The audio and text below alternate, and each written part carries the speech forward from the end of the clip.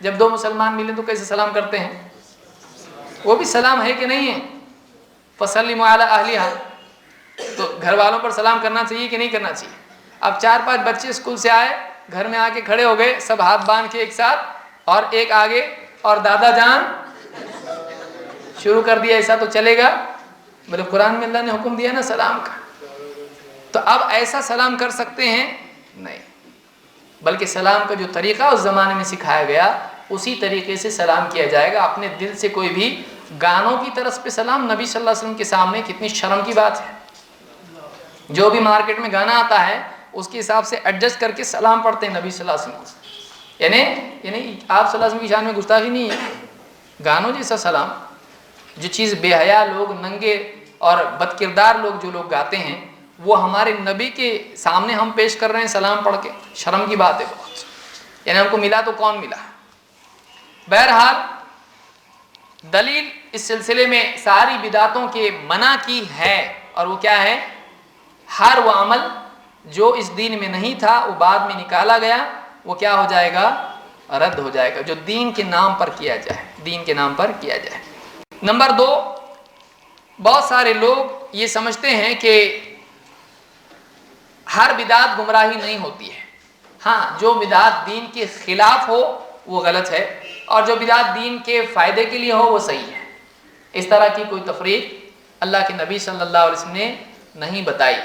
آپ نے کیا کہا؟ ہر بدعت گمراہی ہے۔ مثال کے طور پر جابر رضی اللہ عنہ فرماتے ہیں، کان رسول اللہ صلی اللہ علیہ وسلم اذا خطب، جب اللہ کے رسول صلی اللہ علیہ وسلم خطبہ دیتے تو آپ کہتے اپنے خطبے میں، اما بعد فإن خیر الحدیث کتاب اللہ، سب سے بہترین بات اللہ کی کتاب ہے، وخیر الہدی ہدی محمد، اور سب سے بہترین رہبری محمد صلی اللہ علیہ وسلم کی رہبری ہے۔ بعض روایتوں میں ہدی کا لفظ آیا ہے، اور بعض روایتوں میں جیسے مسلم کی روایت میں ہدا کا لفظ آیا ہے۔ ہدا کے معنی گائیڈنس کے ہوتے ہیں، اور ہدی کے معنی ہوتے ہیں نمونے کے، ماڈل کے، دونوں میں فرق ہوتا ہے۔ پریکٹیکل ماڈل جس کو ہم کہتے ہیں، عملی نمونہ، اسوہ، اس کو ہدی کہتے ہیں، اور ہدا کے معنی ہوتے ہیں گائیڈنس، رہبری۔ وخیر الہدی ہدی محمد، اور سب سے بہترین رہبری کس کی ہے؟ محمد صلی اللہ علیہ وسلم کی۔ وشر الامور محدثاتها، اور سب سے بدترین چیزیں وہ ہیں جو دین میں نئی نئی نکالی جائیں۔ وکل بدعت ضلالہ، اور ہر بدعت کیا ہے؟ گمراہی ہے۔ تو آپ نے نہیں کہا ہر بدعت گمراہی نہیں ہے، بلکہ وہ بدعت جو دین کے موافق ہو اچھی ہے، وہ بدعت جو دین کے خلاف ہے وہ بری ہے، ایسا کہا آپ نے نہیں کہا۔ آپ سالوں سال خطبہ دیتے رہے، یہی الفاظ کہتے رہے، ہر بدعت کیا ہے؟ گمراہی۔ اور آج کھڑے ہو کے کوئی آدمی کہے نہیں کچھ بدعتیں اچھی بھی ہوتی ہیں، تو پھر اس طرح کا کسی انسان کو نہیں ہے، ہم نبی کی بات مانتے ہیں۔ ابن عمر یہ مسلم کی روایت ہے، ابن عمر رضی اللہ عنہ کہتے ہیں، کل بدعت ضلالہ وان رآها الناس حسنہ، ہر بدعت گمراہی ہے چاہے لوگوں کو وہ اچھائی دکھائی دے، ہر بدعت گمراہی ہے چاہے لوگوں کو اچھائی دکھائی دے۔ تیسری غلط فہمی بدعت کے بارے میں یہ ہے کہ آدمی سمجھتا ہے اپنی عقل سے کسی بھی چیز کو اچھا یا برا قرار دیا جا سکتا ہے، اس میں برا کیا ہے؟ بہت سارے لوگوں کو جب کہا جاتا ہے بھائی فاتحہ مت دو، عید میلاد النبی کا جلوس مت نکالو، یا اسی طرح سے اور بہت ساری خرافات میں لوگ جب پڑھتے ہیں ان کو منع کیا جاتا ہے، وہ تو اس میں برا کیا ہے؟ قرآن پڑھنے میں برا کیا ہے؟ آپ لوگ قرآن سے روکتے ہو۔ تو بدعت کے لیے اتنا ہی برا ہونا کافی ہے، اس کی برائی کے لیے اتنی دلیل کافی ہے کہ وہ اللہ کے نبی صلی اللہ علیہ وسلم کے زمانے میں نہیں تھی، آپ نے اس کے کرنے کی نہ ترغیب دی نہ اس کا حکم دیا۔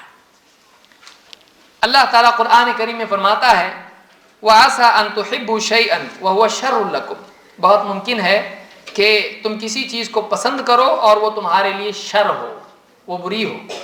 وَاللَّهُ يَعْلَمُ وَأَنْتُمْ لَا تَعْلَمُونَ، اللہ جانتا ہے اور تم نہیں جانتے۔ یعنی ایک آدمی ایک چیز کو اچھا سمجھ رہا ہو سکتا ہے، لیکن وہ واقعی کیسی چیز ہو اللہ کے نزدیک بری۔ تو ایک آدمی کو اپنی پسند ناپسند پر اعتماد نہیں کرنا چاہیے، بلکہ دیکھنا چاہیے کہ واقعی وہ دین میں ہے کہ نہیں ہے۔ مثال کے طور پر کچھ صحابہ نے کچھ چیزوں کو اچھا سمجھا، لیکن واقعی اللہ کے نبی صلی اللہ علیہ وسلم کے نزدیک وہ چیزیں اچھی نہیں تھی، اس لیے آپ نے ان کو ڈانٹا۔ مثال کے طور پر انس بن مالک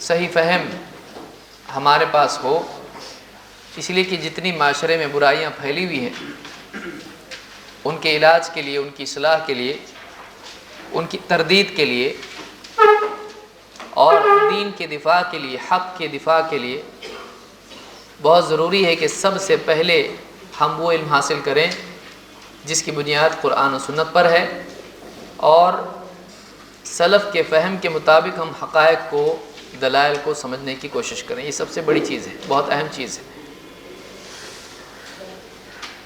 اس سے پہلے جو موضوع ہمارا چل رہا تھا اس کا ایک مختصر اعادہ میں کر رہا ہوں، مختصراً اس کو میں دہرا رہا ہوں کہ ہم بدعات کے بارے میں بعض شبہات، کیا ڈاؤٹس ہیں لوگوں کو، اور کچھ کنفیوژن لوگوں کو ہوتا ہے بدعات کے سمجھنے میں۔ بہت سارے لوگ بدعات کے غلط ہونے کو سمجھ نہیں پاتے ہیں۔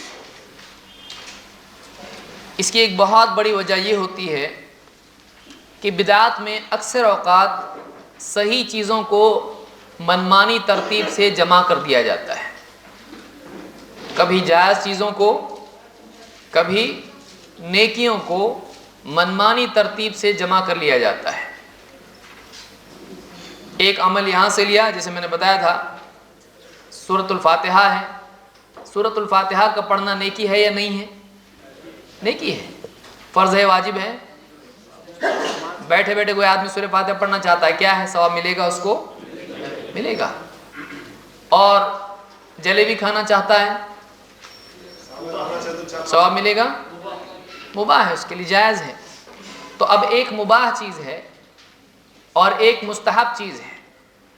اب آدمی نے اس کو ایک مخصوص شکل کے ساتھ میں دونوں چیزوں کو جمع کیا، سامنے جلیبی رکھی، مٹھائی رکھی، اور اس پر سورۃ الفاتحہ، قل هو اللہ احد، قل یا ایھا الکافرون، قل اعوذ برب الفلق، قل اعوذ بالناس، یا اس طرح سے اور بھی بہت ساری چیزیں، اللہ کے نبی صلی اللہ علیہ وسلم پر درود، صلاۃ، ان سب چیزوں کو جمع کر دیا۔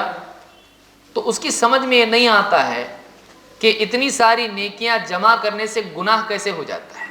سب سے بڑا کنفیوژن بدعات کے بارے میں عام طور سے لوگوں کے ذہنوں میں یہ ہوتا ہے کہ کئی نیکیاں مل کے گناہ کیسے بنتا ہے، کئی نیکیاں مل کے گناہ کیسے بنتا ہے۔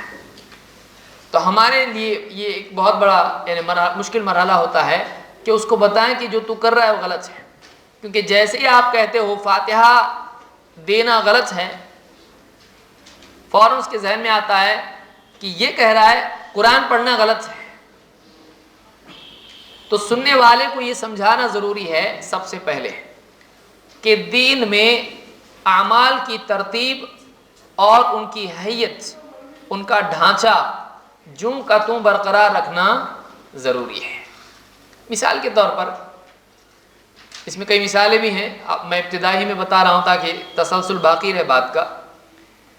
مثال کے طور پر اذان ہم جب دیتے ہیں تو اذان میں آخری کلمہ کیا ہوتا ہے؟ لا الہ الا اللہ۔ اب اسی سے آپ یہ پوچھیں کہ اچھی چیز اچھی ہوتی ہے، ایک آدمی لا الہ الا اللہ محمد رسول اللہ کہے تو صحیح ہے کہ غلط ہے؟ وہ بہت صحیح ہے، اس سے تو آدمی اسلام میں داخل ہوتا ہے۔ اس سے کہے کہ مؤذن صاحب کو اگر ایمانی جذبہ آ جائے اور ان کو ایسا لگے کہ مجھ سے پہلے یہ نیکی کسی نے نہیں کی ہے، کہ جب بھی میں اذان دوں تو پوری اذان میں اخیر میں جب میں پہنچوں اللہ اکبر لا الہ الا اللہ محمد الرسول اللہ، تو کیا اس کا یہ عمل صحیح ہوگا؟ تو اس کو آپ پوچھیں گے یہ صحیح ہے کیا؟ انہوں نے کہا ایسے کیسی اذان؟ اس کے آپ محمد رسول اللہ کے دشمن دکھائی دیتے ہو، آپ محمد رسول اللہ کو نہیں مانتے؟ کہا مانتا ہوں، پھر پڑھتے کیوں نہیں ہے؟ اس کو پرابلم کیا ہے؟ جب لا الہ الا اللہ محمد رسول اللہ اچھا ہے تو پورا بولو نا، آدھا کیوں بولتے ہو؟ آدھے کے دوست آدھے کے دشمن ہو؟ کہ نہیں، وہ پہلے تو سوچے گا کیا بولنا چاہیے اس کو، وہ گھبرا جائے گا کہ اس سے پہلے کبھی اس کے ذہن میں بات نہیں آئی ہے۔ وہ یہ کہے گا نہیں اذان ایسی ہوتی ہے۔ اس کے پاس ایک آسان جواب، اگر زیادہ پڑھا لکھا نہیں ہے تو بولے کہ سب اذان ایسی دیتے ہیں، ہر جگہ آپ سے بچپن سے لے کے اب تک ہم یہی اذان سنتے آئے ہیں۔ تو آپ اس کو یاد رکھیے کہ اس نے کیا جواب دیا۔ وہ عام طور سے جواب دے گا سب تو ایسی اذان دیتے ہیں، یہ کون سی نئی اذان لے کے آیا تھا۔ اس سے کہے کہ لا الہ الا اللہ یہ جملہ اچھا ہے کہ نہیں ہے؟ اچھا ہے۔ تو محمد رسول اللہ میں برائی کیا ہے؟ برائی ہے نہیں۔ اور محمد رسول اللہ کہنا اذان میں لا الہ الا اللہ کے بعد منع کدھر ہے؟ منع کی دلیل ہے؟ اب آپ اس کی جگہ پر اسی کو کھڑا کیے اس کی ترازو میں کہ جو سوالات وہ آپ سے پوچھ رہا ہے یہ منع کدھر ہے؟ فاتحہ۔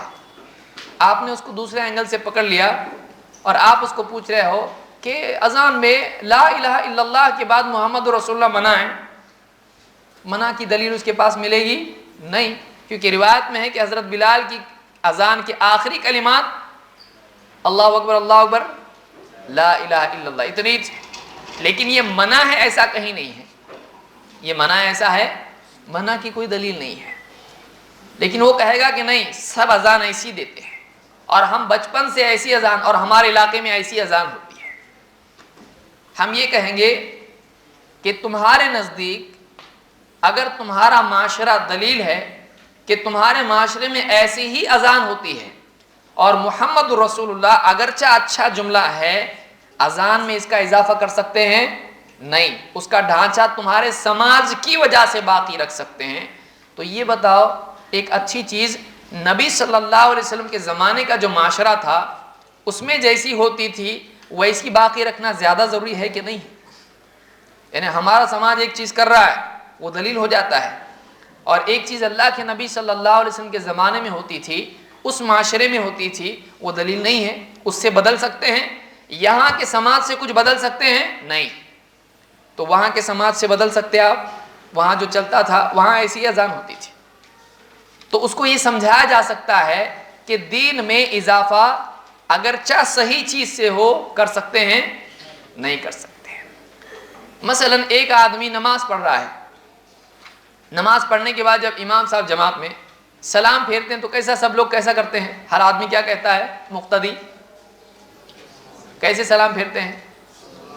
السلام علیکم ورحمۃ اللہ، السلام علیکم ایسے ہی بولتے ہیں نا۔ اب اگر سب لوگ یہ شروع کر دیں وعلیکم السلام ورحمۃ اللہ، چلے گا؟ برا کیا ہے؟ سلام کا جواب دینا کیا ہے؟ واجب ہے کہ نہیں؟ تو یہ سلام دائیں کر رہا ہے بائیں کر رہا ہے، پھر واپس سیکنڈ روٹین میں سیکنڈ راؤنڈ، یہ پہلا راؤنڈ تھا سلام کا، پھر اس کے بعد واپس سب لوگ کیا کہیں؟ وعلیکم السلام ورحمۃ اللہ، وعلیکم السلام، چلے گا؟ بھاگ جائے گا اٹھ کے آدمی ڈر کے، کیا کون سی مسجد میں آیا؟ کر سکتے ہیں، سلام کا جواب دینا گناہ ہے، لیکن ایسا نہیں ہوتا۔ اس کے لیے دلیل کیا ہے؟ اس کو تو قرآن و حدیث معلوم ہے نہیں، آپ اس سے پوچھے ثابت ہے کیا، تو اس کو تو ثابت اور غیر ثابت کا ہی پہلے فرق معلوم نہیں، ثابت کس کو کہتے ہیں اس کو معلوم نہیں ہے، ایک دم ان پڑھ آدمی ہے۔ تو ایک پاگل کو پاگل سمجھا سکتا ہے بعض اوقات، یعنی کوئی عقل مند آدمی پاگل کو سمجھا پاتا ہے نہیں۔ حافظ ابن حجر کیا کہتے ہیں کہ حججت 30 عالما فحاججت، میں نے 30 عالموں سے بحث کی تو میں 30 پر غالب آ گیا، اور مجھ سے ایک جاہل نے بحث کی تو مجھ پر غالب آ گیا۔ کیونکہ آپ بتائیے ایک عالم کو معلوم ہوتا ہے اصول کیا ہے، ایک عالم کو معلوم ہوتا ہے دلیل کس کو کہتے ہیں، یہ آیت ہے، یہ منسوخ ہے، یہ ناسخ ہے، یہ عام ہے، یہ مقید مخصوص ہے، سب کر سکتا ہے، عالم سے اشاروں میں بات ہو جاتی ہے۔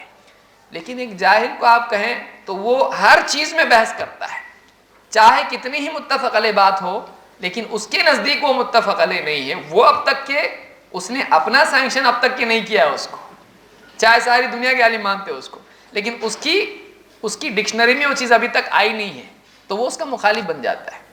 تو جاہل کو سمجھانے کے لیے ایسا طریقہ اپنانا چاہیے جو آسان ہے۔ تو ایک تو آپ ایسی چیزیں اس کے سامنے پیش کریں کہ آپ ہی اس سے پوچھنے لگیں کہ منع کدھر ہے، جیسے 2 مثالیں میں نے یہاں پر دی، اور وہ گھبرا جائے گا، منع اس کو منع ملے گا نہیں جلدی، کیونکہ وہ حدیث پڑھا ہوا ہے نہیں ہے، تو دلیل کس کی لے گا؟ سماج کی لے گا، کیونکہ ہمارے سماج میں اکثر لوگوں کی دلیل کیا ہے؟ سب لوگ ایسے ہی کرتے ہیں، تو سب لوگ ایسا کرتے ہیں یعنی یہ صحیح ہے، تو جو لوگ سب کرتے ہیں وہ اس کے نزدیک دلیل ہے. ہم کہیں گے اس کو یہاں پر لائیں گے ہم کہ جب تیرے معاشرے کے لوگ کوئی چیز کریں تو دلیل, اور اس سے ہٹ نہیں سکتے, جیسا چل رہا ویسے ہی چلنے دینا چاہیے. تو بتاؤ نبی صلی اللہ علیہ وسلم کے معاشرے میں جیسا چل رہا تھا اس کو بدلا جا سکتا ہے؟ یہ معاشرہ اچھا, بہت بڑے بڑے علماء ہیں اس میں, صحابہ ہیں اس میں, کون ہے اس میں؟ ایسے لوگ ہیں جن کو اپنا وضو صحیح معلوم نہیں ہے, تو ان کو دلیل بنا کے ان سے ہٹ نہیں سکتا ہے.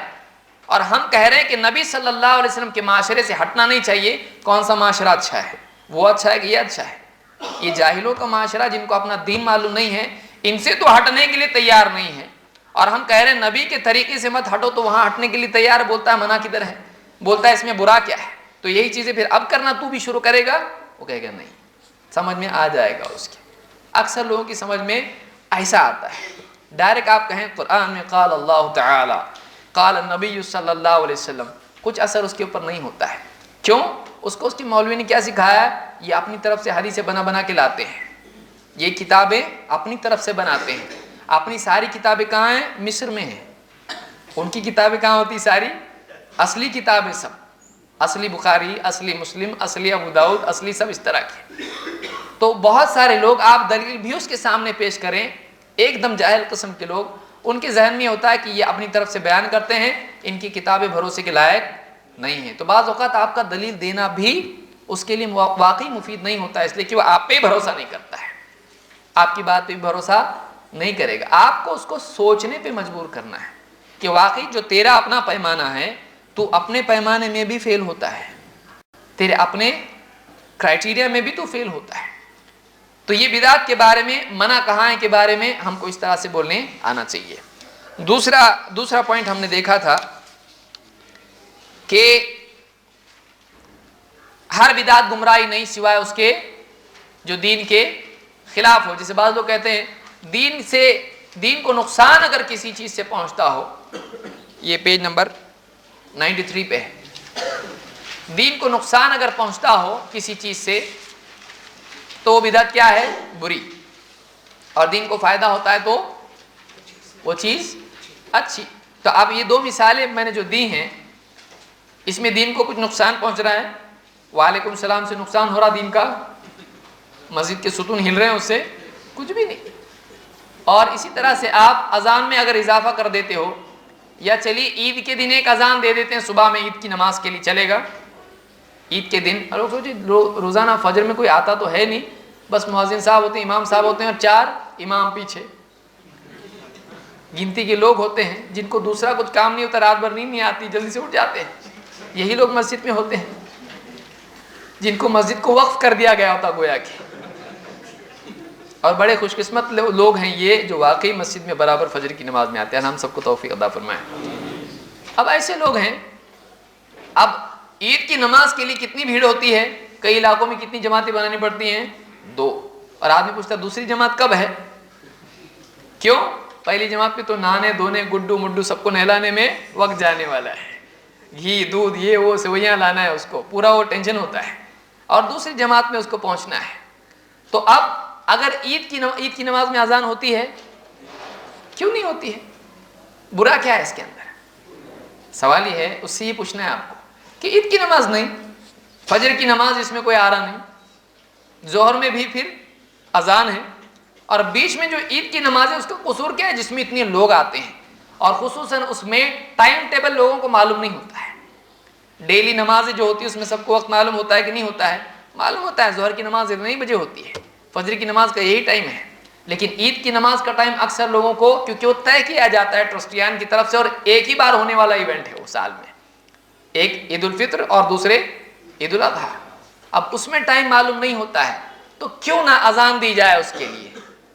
وہ دیکھے گا کہ کیا بول رہا ہے, ہمارے باپ دادا نے بھی کبھی اذان نہیں دی, تو کہاں سے دے رہا ہے؟ اس سے پوچھا جا سکتا ہے اس سے دین کا نقصان نہیں فائدہ ہوگا. فائدہ ہوگا کہ نہیں ہوگا؟ لوگوں کو معلوم پڑے گا نا عید کی نماز کا وقت ہو چکا ہے, تو کیا عید کی نماز کے لیے اذان دے سکتے ہیں؟ وہ لگا ایسا صحیح, مجھ کو تو صحیح نہیں لگ رہا ہے, مجھ کو صحیح نہیں لگ رہا ہے, کچھ الگ الگ ہی لگ رہا ہے, تم لوگ کون سی جماعت کے ہو؟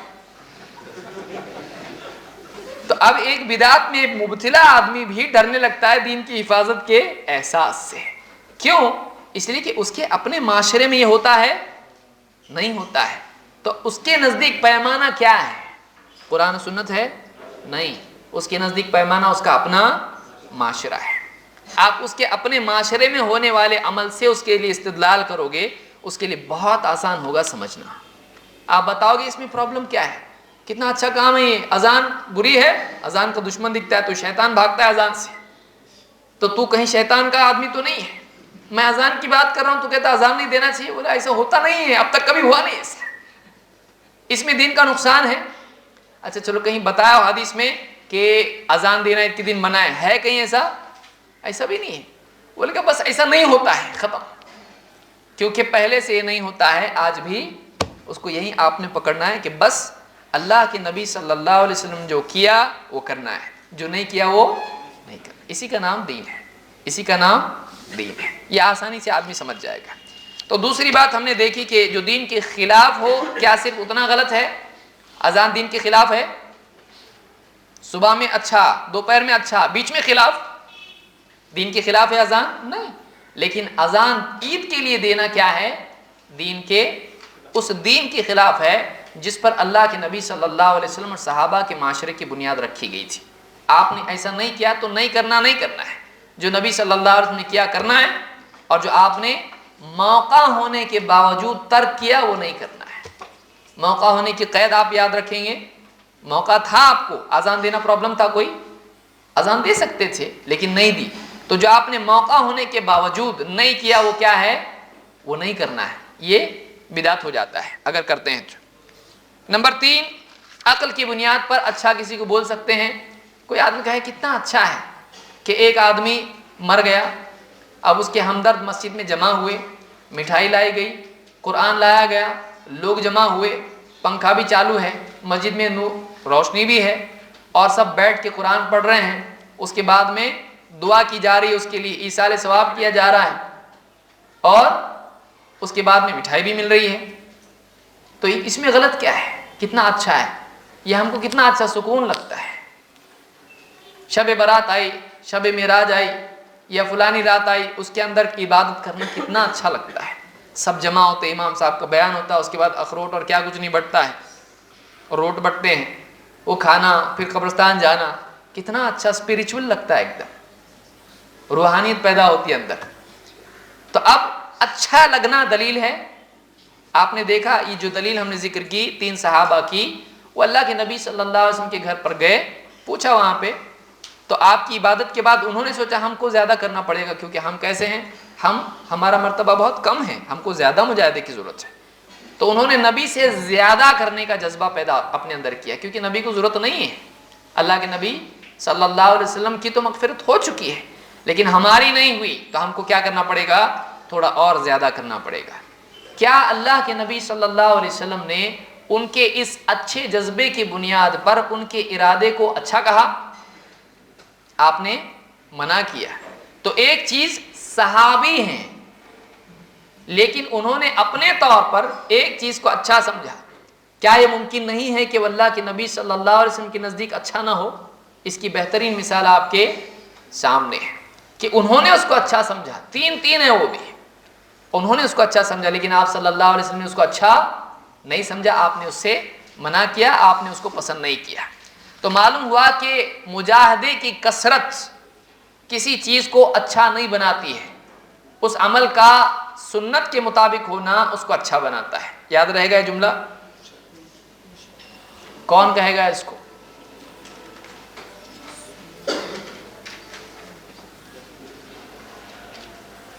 پھر سے کہہ رہا ہوں، کسی مجاہدے کا کثرت سے ہونا اس کو اچھا نہیں بناتا ہے، بلکہ اس کا سنت کے مطابق ہونا اس عمل کو اچھا بناتا ہے. عمل میں کثرت اصل نہیں ہے، سنت اصل ہے. یاد رہے گا کہ کوئی عمل بہت کیے تو اچھا ہو جاتا ہے، یہ اس کے اچھا ہونے کی دلیل ہے کہ بہت ہے، دلیل نہیں ہے، لیکن اس میں سنت ہے، اس کے صحیح ہونے کی دلیل ہے. تو صحابہ نے یہاں پر آپ نے جو عمل انہوں نے زیادہ کرنے کی بات کی تھی، آپ نے کیا کہا؟ من رغب عن سنتی فمن رغب عن سنتی فلیس منی. آپ نے ان کو کم کیا یا زیادہ کیا؟ ان کے عمل کو کیا بتایا آپ نے؟ میں سوتا بھی ہوں، اور نماز بھی پڑھتا ہوں, روزہ رکھتا بھی ہوں اور نہیں بھی رکھتا ہوں, تو آپ نے ان کے عمل کو زیادہ کرنے کی بجائے کم کیا. معلوم ہوا کہ سنت کے مطابق ہونا چاہیے. نبی صلی اللہ علیہ وسلم کی سنت کے مطابق تھوڑا بھی عمل ہو زیادہ بہتر ہے, لیکن سنت سے ہٹ کے زیادہ بھی ہو پکڑ کا سبب ہے, گمراہی ہے. رات رات بھر لوگ پڑھتے ہیں شب برات میں یا شب معراج مان کر, اس کی کوئی دلیل بھی نہیں کہ اسی تاریخ کو ہوئی تھی. اب رات بھر عبادت کرتے, کوئی بولے بھائی اس رات میں عبادت کرنا ثابت نہیں ہے, تو عبادت خود تو کرتے نہیں ہیں, ہم کو بھی کرنے دیتے نہیں ہیں. 20 کو 8 کر دیا, 50% سے بھی کم, آدھے سے بھی کم کر دیا ہے, اور ہم کو بھی عبادت کرنے نہیں دیتے ہیں. تو بہت سارے لوگوں کے نزدیک زیادہ اچھا ہوتا ہے. ظاہر بات ہے ذہنوں میں میجورٹی ہمیشہ صحیح ہوتی ہے, جب بیٹھا ہوا ہے تو زیادہ ہمیشہ کیا ہوگا, اچھا ہی دکھائی دے گا. حالانکہ ایسے لوگوں کو اگر 2 ڈبے بھیجے جائیں, ایک میں 2-3 چیزیں ہوں اچھی ہوں اور ایک میں ٹوکرا بھر کے سڑی ہوئی چیزیں ہوں, تو کس کو لیں گے, ٹوکرا لیں گے. اور بہت زیادہ دکھ رہا ہے. کوانٹٹی اصل ہوتی ہے کوالٹی, کوالٹی ہے کہ سڑا ہوا مال زیادہ بھی ہو تو کچھ فائدے کا نہیں ہے, لیکن صحیح چیز تھوڑی ہو فائدے والی ہوتی ہے, صحیح ہوتی ہے, قابل قبول ہوتی ہے. تو اللہ کو سڑی ہوئی چیز زیادہ بھیجنے کی بجائے صاف ستھری سنت کے مطابق چیز بھیجنا اللہ کو راضی کرنے کا ذریعہ ہے, بلکہ زیادہ بھیج کے اللہ کو ناراض کرے گا اگر سڑی ہوئی چیزیں اللہ کے پاس بھیجے گا. سمجھ میں آیا؟ یعنی سنت کے مطابق عمل صاف ستھرا ہوتا ہے, اور بدعات سے زیادہ سڑی ہوئی چیز عمل کے اعتبار سے کچھ بھی نہیں ہے. اسی لیے میں نے پہلی آیت پڑھی تھی کہ جن کی دنیا کی کوششیں دنیا میں رائیگاں چلی گئیں, اور وہ کیا سمجھتے رہے, ہم کوئی اچھا کام کر رہے ہیں, وَهُمْ يَحْسَبُونَ أَنَّهُمْ يُحْسِنُونَ صُنْعًا. تو بہرحال یہ بدعات کے بارے میں ہے. اسی میں امام شافعی کا قول ہے, یعنی اپنی عقل سے ہم دین میں کچھ ڈال سکتے ہیں کہ نہیں. امام شافعی رحمۃ اللہ علیہ فرماتے ہیں من استحسن فقد شرع, پیج نمبر 95. من استحسن فقد شرع, جس نے اپنے طور پر کسی چیز کو دین میں اچھا سمجھ کر داخل کر دیا. استحسانہ کا مطلب یہ کتنا اچھا ہے, اس کو بھی دین سمجھ کے عمل کیا جائے, اس کو کہتے ہیں استحسان. استحسان اپنے طور پر کوئی بھی چیز دین میں داخل کرنا کہ لوگوں کو اچھی لگتی ہے. من استحسن فقد شرع, جس نے کسی چیز کو اچھا سمجھ کر دین میں داخل کر دیا اس نے شریعت سازی کا جرم کیا. فقد شرع گویا کہ وہ شریعت بنانے والا بن گیا. یعنی اللہ کا حق ہے, اللہ شرع لکم من الدین, اللہ نے قرآن میں کیا فرمایا, اللہ نے تمہارے لیے اس دین کو بطور شریعت مقرر کیا ہے. تو شریعت دینا کس کا کام ہے, رسول اللہ صلی اللہ علیہ وسلم کیا ہیں, اس شریعت کے بنانے والے ہیں یا بتانے والے ہیں, بتانے والے ہیں. ایک نقطے سے کتنا بڑا فرق ہو جاتا ہے. آپ شریعت بنانے والے نہیں ہیں, آپ شریعت بتانے والے اور پہنچانے والے, اور یہی کام علماء کا ہے کیونکہ وارث ہیں علماء. علماء کی ذمہ داری شریعت بنانا ہے, شریعت بتانا ہے. نبی صلی اللہ علیہ وسلم نے اللہ سے لیا, اور نبی صلی اللہ علیہ وسلم سے بعد میں علم والے اس دین کو, اس شریعت کو لیتے رہے اور آگے کی نسلوں تک پہنچاتے رہے. تو کسی آدمی کے لیے جائز نہیں کہ اپنی طرف سے کسی بھی چیز کو اچھا سمجھ کے دین کا حصہ بنا ڈالے. اسی طرح سے بہت سارے لوگ بعض یعنی بدعات کی وجوہات میں ایک یہ بھی ہوتا ہے, ایک وجہ یہ بھی ہوتی ہے کہ بہت ساری عمومی نصوص سے خاص مسئلے پر دلیل لی جاتی ہے. مثال کے طور پر فاتحہ کا مسئلہ ہے, فاتحہ میں ڈھانچہ بدعت ہے لیکن اس میں قرآن پڑھنا اچھا ہے, اس کو قرآن کی تلاوت کی دلیلیں دی جاتی ہیں کہ قرآن پڑھنا غلط کدھر ہے. یا اسی طرح سے قبر پر اذان دینا, بہت سارے لوگوں کو آپ نے دیکھا ہوگا دفن کرنے کے بعد کیا کرتے ہیں, قبر پر اذان دیتے ہیں. معلوم نہیں کیوں دیتے, اس کو نماز کے لیے بلا رہے ہیں کہ چل زندگی میں نہیں آیا تو نہیں, اب تو آ, اس کے لیے دیتے ہیں. ان کی دلیل کیا ہے, اس پہ کتاب لکھی ہے احمد رضا خان نے پوری, قبر پر اذان. کیا کیا دلیلیں, سب عمومی دلیلیں ہیں کہ اذان دینے سے شیطان بھاگتا ہے, تو بہت ممکن ہے, ہو سکتا ہے قبر میں آئے تو بھاگ جائے گا.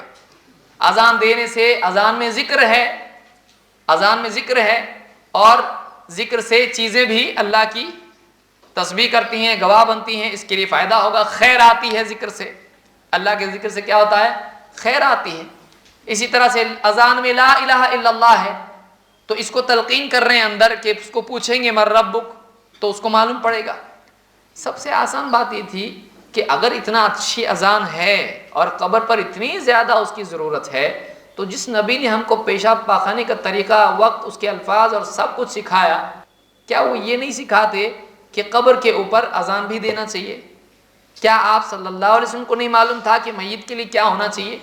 تو آپ نے اس کو چھپا دیا اور ان کو یہ اچھا لگ رہا ہے اور یہ اپنی طرف سے بتا رہے ہیں۔ تو سوال یہ ہوتا ہے کہ عمومی نصوص سے دلیل لی جاتی ہے اور ایک نیا عمل وجود میں آتا ہے۔ سمجھ میں آ رہا ہے؟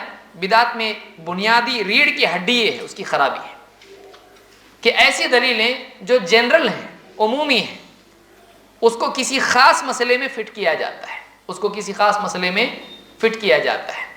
تو یہاں پر بھی بدعت میں ایسے ہی ہوتا ہے۔ مثال کے طور پر مجاہد رحمۃ اللہ علیہ فرماتے ہیں کنت مع ابن عمر، میں عبداللہ ابن عمر رضی اللہ تعالیٰ کے ساتھ تھا، فثوب رجل فی الظہر او العصر، تو ایک آدمی نے ظہر میں یا عصر میں تثویب کہنا شروع کیا۔ تثویب کس کو کہتے ہیں؟ اذان کے بعد کوئی آدمی جب دیکھے کہ لوگ آنے میں دیری کر رہے ہیں تو ان کو حی علی الصلاۃ، حی علی الفلاح یا اس طرح کے الفاظ کہہ کے نماز کی طرف پھر سے بلانے لگے ہیں۔ یہ کیا ہے؟ تثویب ہے۔ صحابہ ایسا کرتے تھے؟ نہیں کرتے تھے۔ اذان کا اعلان کافی ہے، اقامت کافی ہے، اس کے علاوہ تیسری کوئی چیز ضروری ہے؟ اگر ہوتی تو صحابہ ہم سے زیادہ نیکی کا شوق رکھتے تھے، ہم سے زیادہ دعوتی مزاج رکھتے تھے، انہوں نے کبھی کیا ایسا؟ نہیں کیا۔ اب وہ آدمی ایسا کرنے لگا، لوگوں کو بلانے لگا ایکسٹرا۔ انہوں نے کہا اخرج بنا، ہم کو یہاں سے لے چلو۔ عبداللہ ابن عمر نے کیا کہا اس مسجد کے سلسلے میں؟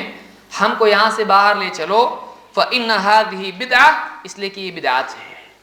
یہ جو عمل کر رہا ہے، لوگوں کو بلا رہا ہے نماز کے لیے اذان و اقامت کے علاوہ، تو یہ آدمی کیا ہے؟ یہ آدمی بدعت کر رہا ہے۔ فإن هذه بدعة، یہ عمل اس کا کیا ہے؟ بدعت ہے۔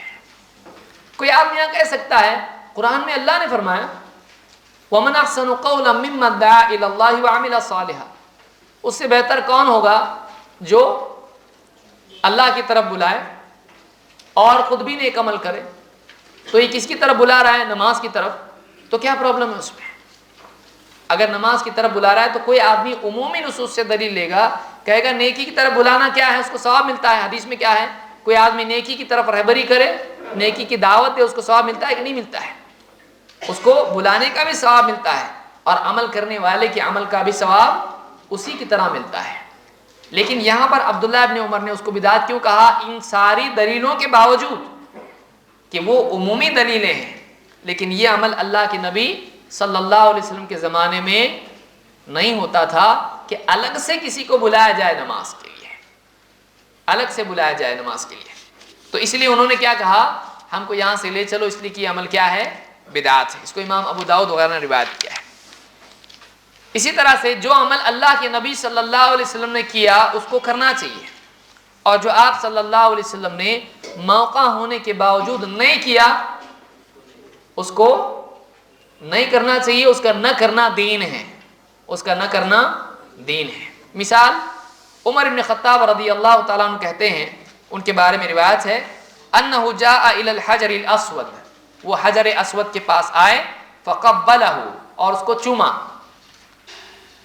فقال انی اعلم انک حجر، اور کہا کہ میں جانتا ہوں تو ایک پتھر ہے، مجھے معلوم ہے تو ایک پتھر ہے، لا تضر ولا تنفع، تو نہ نقصان پہنچا سکتا ہے اور نہ نفع پہنچا سکتا ہے، ولولا انی رأیت النبی صلی اللہ علیہ وسلم یقبلک ما قبلتک، اگر میں نے اللہ کے نبی صلی اللہ علیہ وسلم کو نہ دیکھا ہوتا تجھ کو چومتے ہوئے تو میں کبھی تجھ کو چومتا نہیں چومتا۔ یعنی میں کیوں چوم رہا ہوں؟ اللہ کے نبی صلی اللہ علیہ وسلم نے یہ عمل کیا ہے، اس لیے اگر آپ نے نہ کیا ہوتا یہ عمل تو میں نہیں کرتا، یا کرتا؟ کعبہ کا پتھر ہے، اتنا اچھا، چومے تو کیا پرابلم ہے؟ اپنی طرف سے سوچتے، صحابہ ایسا نہیں کرتے تھے، اپنی عقل لگا کر صحابہ کوئی بھی عمل نہیں کرتے تھے، بلکہ صحابہ نے اللہ کے نبی صلی اللہ علیہ وسلم کے عمل کو بھی اپنے لیے دلیل بنایا اور آپ کے ترک عمل کو بھی اپنے لیے دلیل بنایا. جو آپ نے کیا وہ کرتے تھے, جو نہیں کیا وہ نہیں کرتے تھے. تو اس کا نام دین ہے, اس کا نام دین ہے. تو یہ بدعات کی اقسام میں یہ جو ہے کہ آپ صلی اللہ علیہ وسلم نے نہیں کیا اس کو چھوڑ دینا کیا ہے, یہ دین ہے. جس میں مثالیں آپ دیکھ سکتے ہیں, جیسے میں نے بتایا تھا. مثال کے طور پر ایک آدمی فضیلت جانتا ہو جماعت کی, جماعت سے نماز پڑھنا چاہیے کہ اکیلے اکیلے پڑھنا چاہیے؟ جماعت سے پڑھنا چاہیے. کون سی؟ فرض. اب فرض نماز پڑھ لیے لوگ جماعت سے, سلام پھیرنے کے بعد امام صاحب تھوڑی دیر بیٹھے رہے, پھر کھڑے ہوئے, اور اس کے بعد جو سنت ہے وہ بھی سب جماعت سے پڑھیں گے. کیا پڑھ سکتے ہیں؟ کیوں؟ تو پہلی جو تھی جماعت سے فضیلت بڑھ جاتی ہے کہ کم ہوتی ہے؟ جماعت سے ثواب زیادہ ہوتا ہے کم ہوتا ہے؟ حدیث میں ہے نا, ایک آدمی کا اکیلے پڑھنا اور اس کا جماعت میں پڑھنا 25 سے 27 گنا زیادہ ثواب اس کو ملتا ہے کہ نہیں ملتا ہے؟ تو پھر آپ سنت جماعت سے پڑھ سکتے ہیں؟ نہیں پڑھ سکتے ہیں؟ ثواب نہیں ملے گا. کیوں نہیں پڑھ سکتے ہیں؟ فرض کے لیے طریقہ ہے لیکن سنتوں کے لیے طریقہ نہیں ہے. تو ایک آدمی یعنی جماعت کی فضیلت اپنی جگہ, لیکن چونکہ یہ عمل اللہ کے نبی صلی اللہ علیہ وسلم نے نہیں کیا, یہاں زبردستی جماعت کی فضیلتیں بیان کر کے اس کو عمل کرا سکتے ہیں؟ بالکل نہیں. کیونکہ سنت اللہ کے نبی صلی اللہ علیہ وسلم نے انفرادی طور پر صحابہ نے بھی پڑھی, آپ نے بھی انفرادی پڑھی. کبھی بھی اپنی زندگی میں 5 وقت کی جو نمازیں ہیں, سنت نمازیں جن کو تطوعات کہتے ہیں, جن کو رواتب کہتے ہیں, ان کو کبھی جماعت سے پڑھا؟ آپ نے کبھی بھی اس کو جماعت سے نہیں پڑھا. تو جو نہیں کیا آپ نے موقع ہونے کے باوجود, عجیب بات ہے, فرض جماعت سے پڑھ رہے ہیں, اس کے پہلے اور بعد میں جماعت سے نہیں پڑھ رہے ہیں, تو کیوں وہ نہیں پڑھ سکتے تھے؟ اگر یہ خیر ہوتی تو جماعت کی فضیلت ہم کو سکھایا جس نے ہم کو جماعت کی فضیلت سکھلایا, وہ شخصیت جماعت چھوڑ دے, ایسا ہو سکتا ہے؟ تو خیر جماعت میں ہے یا جماعت چھوڑنے میں ہے؟ فرض کے لیے خیر کس میں ہے, جماعت میں یا جماعت چھوڑنے میں؟ اور سنت کے لیے کیوں؟ کیونکہ اللہ کے نبی صلی اللہ علیہ وسلم کا یہی عمل تھا, اور ہمارے معاشرے میں بھی آج بھی یہی عمل ہے. تو کسی کو بدعت سمجھانا ہو کہ جو کیے وہ کرنا چاہیے, جو چھوڑے وہ چھوڑنا چاہیے, چاہے جماعت کی فضیلت ہم کو معلوم ہو, تو یہ سمجھانے کے لیے بہت ہی اچھی مثال ہے. اس طرح سے اور بھی بہت ساری باتیں کہی جا سکتی ہیں. مثال کے طور پر کوئی آدمی وضو کرتا ہے, وضو میں وہ سوچے کہ باقی سب لوگ تو ایسے ہی دھو لیتے ہیں, میں ایک دم ٹوٹل پاک ہو کے جاؤں گا اللہ کے پاس. اور اس کے لیے کیا کرے, وضو میں چہرہ دھوئے, پھر صابن لے, ہاتھ دھوئے صابن سے, سر پہ مسح کرنے کی بجائے سر صابن سے دھو لے, چلے گا؟ صابن سے تو زیادہ پاک ہو رہا ہے, یہ سپر پاک ہے. اور اسی وضو کو کیا بولیں گے؟ سپر وضو. تو زیادہ اللہ پسند نہیں کرے گا, یہ تو ایک دم ہی پاک ہو کے آ رہا ہے, یہ میڈیکلی بھی پاک ہے, پورے جرمز وغیرہ سب کلین ہو کے آیا ہے, گناہوں سے تو ہوا ہی ہوا ہے, لیکن جراثیم وغیرہ سے بھی پاک ہو کے آ رہا ہے. تو کیا ایسا وضو چلے گا؟ کیوں نہیں؟ صابن نے کیا بگاڑا آپ کا؟ چلیے اسلامی کمپنی کا صابن استعمال کریں گے تو چلے گا؟ نہیں چلے گا. کیوں؟ اس لیے کہ اللہ کے نبی صلی اللہ علیہ وسلم کے زمانے میں یہ عمل نہیں ہوتا, وضو کا طریقہ نہیں ہے. یا اسی طرح سے کوئی آدمی دعا پڑھے, دعا کرنے کے بعد بہت سارے لوگ کیا کرتے ہیں, چہرے پر ہاتھ پھیر لیتے ہیں. اس کی کوئی دلیل ہے؟ نہیں ہے. اس میں جو بھی روایتیں سب کیا ہیں؟ ضعیف ہیں, اس کا کوئی ثبوت نہیں ہے. اب اگر آدمی دعا کرے نماز کے بعد میں, بہت سارے لوگ کیا کہتے ہیں کہ اجتماعی دعا آپ لوگ دعا نہیں کرتے, آپ کو شاید بہت دیا ہے اللہ نے, اس لیے آپ دعا نہیں کرتے ہو. اب کوئی آدمی, اور بہت سارے دیوبندی حضرات ہیں جو اس دعا کے بارے میں ہم سے لڑتے ہیں, بریلوی حضرات ان سے اسی بارے میں لڑتے ہیں, کیونکہ بریلوی حضرات کتنی دعائیں کرتے ہیں؟ 2 کرتے ہیں, ایک فرض کے بعد, دوسرے سنت کے بعد. دعائے ثانی اس کو کہا جاتا ہے. تو اب ہم سے یہ لڑتے ہیں اور ان سے یہ لڑتے ہیں, ایک کے پیچھے ایک لگے ہوئے ہیں. اچھا, اب اگر بریلوی حضرات دیوبندی حضرات سے کہیں